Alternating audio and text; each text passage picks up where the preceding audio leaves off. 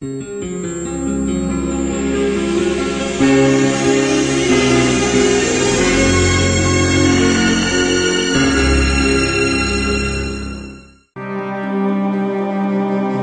gloire de mon père. Marcel Pagnol a déclaré quelque temps après son écriture.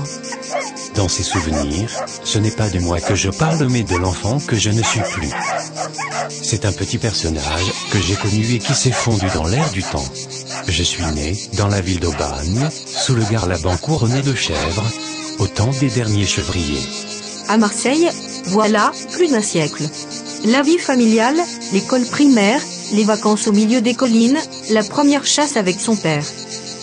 Les souvenirs de Marcel Pagnol sont un peu ceux de tous les enfants du monde.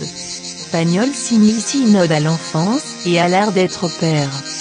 Ce roman, où humour et poésie se conjuguent à tous les temps, pour le bonheur des générations, est un pur objet théâtral.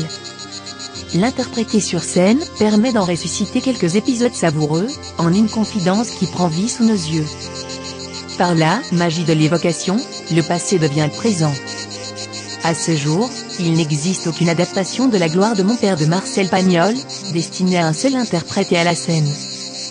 L'envie de partager ce texte phare de notre littérature, en le faisant entendre dans sa plus authentique expression, est la première motivation de ce monologue.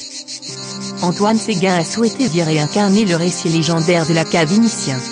Il l'a réduit en une partition d'1 heure, qui en suit la chronologie et en maintient l'architecture. La mise en scène est de Stéphanie Tesson et les lumières de Florent Barneau. Merci à la famille de Marcel Pagnol de permettre à cette troupe de porter pour la première fois cette œuvre à la scène.